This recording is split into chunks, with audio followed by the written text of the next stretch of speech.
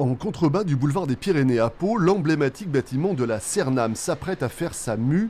Construit en deux phases dans les années 1930 et 1960, cet immense vaisseau en béton a été acquis par la ville en 2017.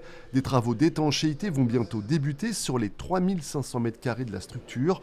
Le projet initial de la mairie a évolué, excite le tiers-lieu avec notamment des start-up, place à une immense salle ouverte à toutes les initiatives. C'était 8 ou 9 millions pour organiser les bureaux à l'intérieur et on a pensé qu'on allait laisser vivre.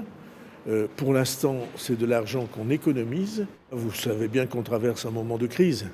Alors attendons de voir. Je suis persuadé qu'il y a 1000 activités qui vont trouver leur place dans un lieu aussi beau que celui-là. Et c'est la beauté du lieu qui va faire une partie de son attrait. À une extrémité du bâtiment, 900 m² indoor pour compléter le skatepark actuel. À l'autre extrémité, près de la gare, une brasserie.